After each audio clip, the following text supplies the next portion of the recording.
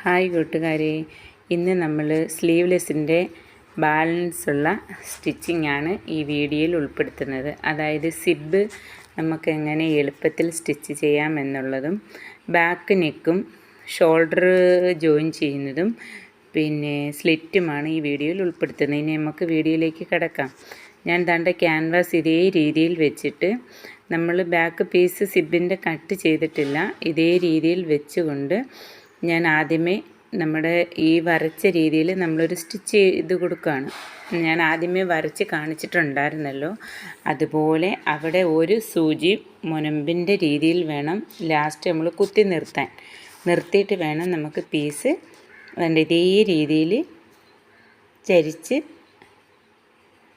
ഇതേ രീതിയിൽ രീതിയിൽ വന്നിട്ട് ഇതേ രീതിയിൽ, എന്നാലേ നമുക്ക് ഈ പീസ് തിരിച്ചിടുമ്പം കറക്റ്റ് നമുക്ക് ബാക്ക് ഭാഗം ചുളിവൊന്നുമില്ലാതെ കിട്ടത്തുള്ളൂ. അതുകൊണ്ട് ഇതേപോലെ നമുക്ക് സ്റ്റിച്ച് ചെയ്തെടുക്കാം. ഞാൻ ക്യാൻവാസ് സ്റ്റിച്ച് ചെയ്തെടുത്ത് മാറ്റിയിട്ടുണ്ട്. കൂട്ടുകാർക്ക് സ്റ്റിച്ച് ചെയ്തിട്ടാണെങ്കിലും അല്ലാതെ കണ്ടാണെങ്കിലും നമുക്ക് കട്ട് ചെയ്ത് മാറ്റാം. അതുകൊണ്ട് എന്നിട്ട് ഞാൻ അവിടം വരെ കട്ട് ചെയ്തിട്ട് ആ സ്റ്റിച്ചിൽ തട്ടാത്ത രീതിയിൽ ഞാൻ സ്റ്റിച്ച് ചെയ്തിട്ടുണ്ട്. ഇനി നമുക്ക് തിരിച്ചിട്ട് നോക്കണം, അവിടെ ചുളുക്കൊന്നുമില്ല എങ്കിൽ കുഴപ്പമില്ല. ചുളുക്കുണ്ട് എങ്കിൽ കുറച്ചും കൂടി നമ്മൾ കട്ട് ചെയ്ത് കൊടുക്കണം. എനിക്ക് കുഴപ്പമില്ല. ഇതേ രീതിയിൽ നമ്മൾ സ്റ്റിച്ച് ചെയ്തെടുത്താൽ ഏതറിയാത്തവർക്കും ഈ സിബ് നമുക്ക് അറ്റാച്ച് ചെയ്യാൻ പറ്റും. ഇനി ഞാൻ തന്നെ ലൈനിങ് പീസ് തുറന്ന് വെച്ചതിന് ശേഷം ഈ കാണിച്ച രീതിയിൽ തന്നെ സ്റ്റിച്ചിടും. നല്ല പീസിനകത്ത് സ്റ്റിച്ച് കൊള്ളാത്ത രീതിയിൽ ലൈനിങ്ങിനകത്ത് തയ്യൽ തുമ്പും കൂടെ ചേർത്തിട്ടാണ് അകത്ത് വെച്ചാണ് ഞാൻ സ്റ്റിച്ച് ചെയ്യുന്നത്. ഇനി നമുക്ക് സിബ് എടുക്കാം. സിബ് എടുത്തതിന് ശേഷം നമുക്ക് പിൻ ചെയ്യണം.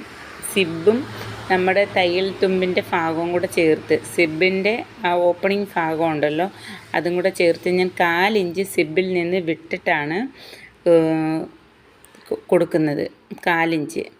എന്നിട്ട് നമുക്കിതേ രീതിയിൽ സ്റ്റിച്ച് ചെയ്തെടുക്കണം. ഞാൻ എല്ലായിടവും ഓരോ പിന്ന് കൊടുക്കും.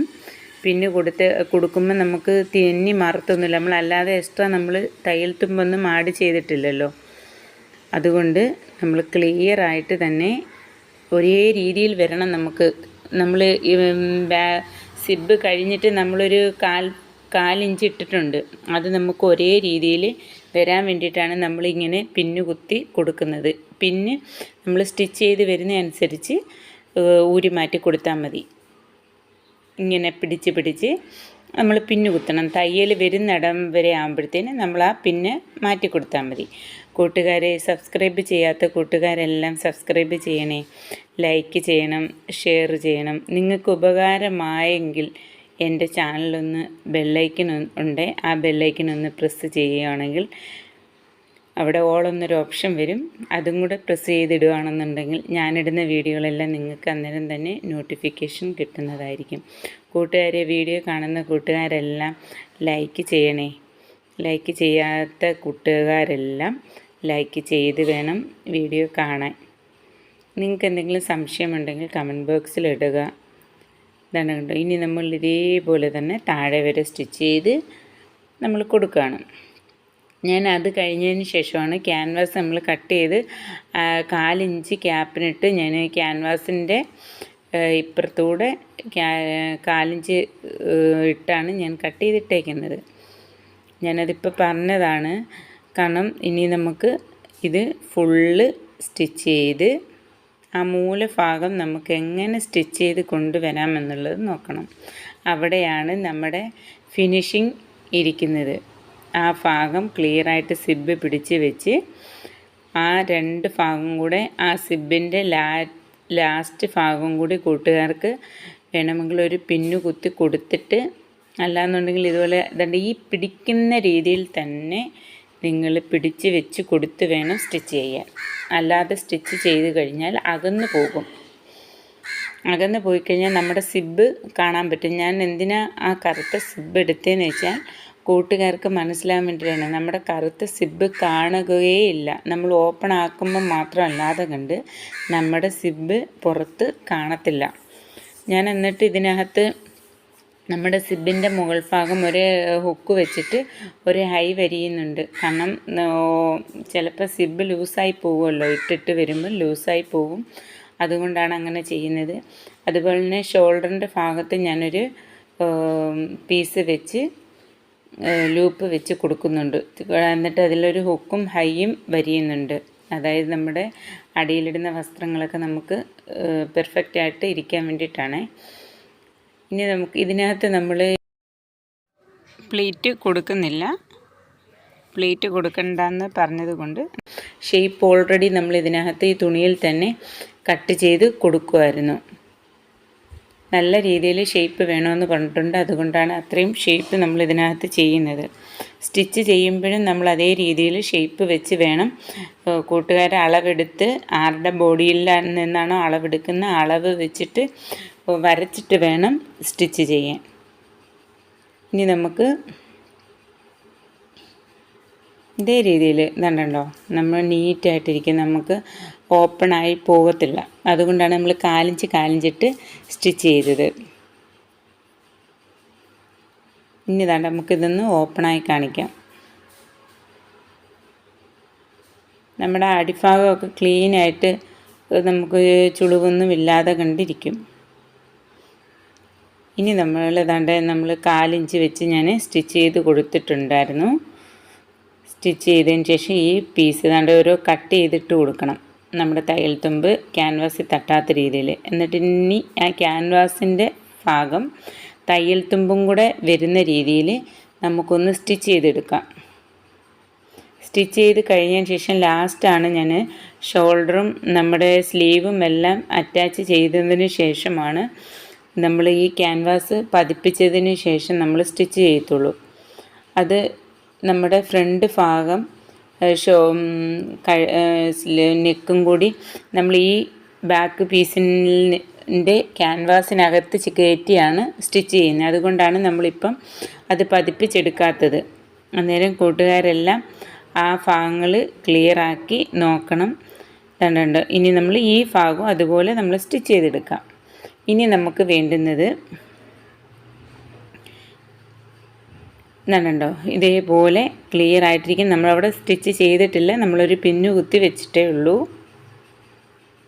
ഇനി നമുക്ക് ഷോൾഡർ തമ്മിൽ, അതായത് 2 ഷോൾഡറിൻ്റെ പീസും ബാക്ക് പീസ് ഇതേപോലെ വിട്ട് വേണം നമ്മുടെ ഫ്രണ്ടിൻ്റെ ഷോൾഡറിൻ്റെ ഭാഗം അറ്റാച്ച് ചെയ്യാൻ.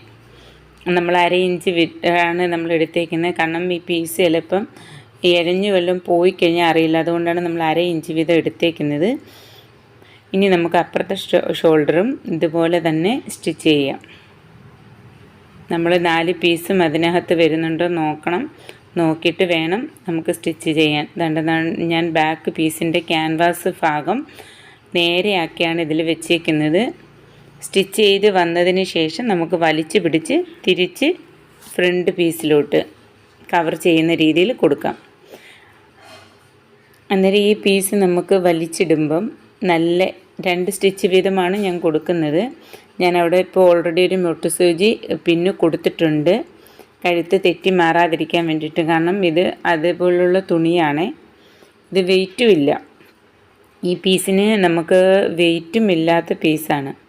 ഇനി നമ്മൾ ഈ പീസിന് നേരെ വലിച്ചു കൊടുക്കുമ്പം നമ്മുടെ കഴുത്ത് നല്ല ക്ലിയർ ആയിട്ട് കണ്ടോ, ഇതേ രീതിയിൽ നമുക്കിരിക്കും. കണ്ടോ, ഒരു ഫ്രണ്ട് ഭാഗവും ബാക്ക് ഭാഗവും നല്ല ക്ലിയർ ആയിട്ടിരിക്കാൻ വേണ്ടിയിട്ടാണ് നമ്മൾ ഈ രീതി ചെയ്യുന്നത്. ഇനി നമുക്ക് ഞാൻ പറഞ്ഞില്ലേ ഒരു ലൂപ്പ് വെച്ച് കൊടുക്കുന്നുള്ളത്, അത് സ്ലീവ് തയ്ക്കുന്നതിന് മുമ്പ് വേണം ആ ഭാഗം അറ്റാച്ച് ചെയ്യാൻ. നമുക്ക് അവിടെ ഒരു സ്റ്റിച്ച് കൊടുക്കാം. സ്റ്റിച്ച് കൊടുത്തത് പുറത്ത് വരരുത്. നമ്മൾ ചെയ്യുന്ന ഭാഗം ഈ ഹുക്കിടുന്നത് പുറത്തോട്ട് വരരുത്, അത് വെളിയിൽ വന്നാൽ വൃത്തികേടായിരിക്കും. നമ്മൾ ഇതേ രീതിയിൽ 2 ലൂപ്പും സ്ലീവിൻ്റെ ഭാഗത്ത് വെച്ച് സ്റ്റിച്ച് ചെയ്ത് കൊടുത്തിട്ടുണ്ട്. ഇനി നമുക്ക് നമ്മളെടുത്ത ക്രോസ് പീസ് ഉണ്ടായിരുന്നല്ലോ, സ്ലീവിന് തയ്ക്കാൻ വേണ്ടിയിട്ട് എടുത്ത ക്രോസ് പീസ് മടക്കി, ഞാൻ ഇനി എക്സ്ട്രാ ഒന്നും ഈ ക്രോസ് പീസിനകത്ത് സ്റ്റിച്ചിങ് ഇല്ല. ഞാൻ ഇനി ഇതിനകത്ത് തന്നെ ഞാൻ എക്സ്ട്രാ അല്ലാതെ കൊണ്ട് ഫുള്ള് സ്റ്റിച്ച് ചെയ്ത് മാറ്റത്തുമില്ല. എല്ലാവരും ലൈനിങ്ങുമായിട്ട് സ്റ്റിച്ച് ചെയ്യും, ഞാനത് ചെയ്യില്ല. ഞാൻ അതിന് പകരമാണ് ഈ മുട്ട് സൂചി എല്ലായിടവും കുത്തുന്നത്. വേണ്ട. ഇനി നമുക്കിതേ 1/4 ഇഞ്ച് ക്യാപ്പിട്ട് നമുക്ക് ഫുള്ള് 2 സ്ലീവും സ്റ്റിച്ച് ചെയ്തെടുക്കാം. ഇതേ രീതിയിൽ തന്നെ സ്ലീവിൻ്റെ ക്രോസ് പീസ് വലിക്കരുത്. നമ്മുടെ നല്ല ബോഡി പാർട്ടിൻ്റെ പീസും വലിക്കരുത്. വലിച്ചു കഴിഞ്ഞാൽ അവിടെ ചുളുക്ക് വീഴും. സ്ലീവാണ് നമ്മൾ സ്റ്റിച്ച് ചെയ്യുന്നത്. അതുകൊണ്ട് സ്ലീവിൻ്റെ ഭാഗം ചുളുക്കില്ലാതെ കണ്ടിരിക്കണമെങ്കിൽ കളയാം. എന്നിട്ട് നമ്മുടെ ലൈനിങ് ക്രോസ് പീസ് ഉണ്ടല്ലോ, ക്രോസ് പീസിൻ്റെ അടിയിലാണ് നമ്മുടെ തയ്യൽ തുമ്പ് വരുന്ന രീതിയിൽ നമുക്കൊരു സ്റ്റിച്ചിങ് കൊടുക്കാം. ഇതേ രീതിയിൽ നമുക്ക് സ്റ്റിച്ച് ചെയ്യാം. ചെയ്തതിന് ശേഷം 2 സ്ലീവ് നമുക്ക് ഒരുപോലെ തന്നെ ക്ലിയർ ആക്കണം.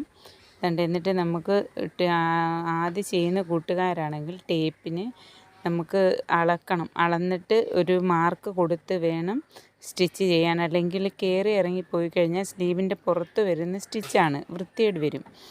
നമുക്കൊരു 1/4 ഇഞ്ച് അല്ലെങ്കിൽ 1/2 ഇഞ്ച് വീതം നമുക്ക് വെച്ച് സ്റ്റിച്ച് ചെയ്തെടുക്കാം.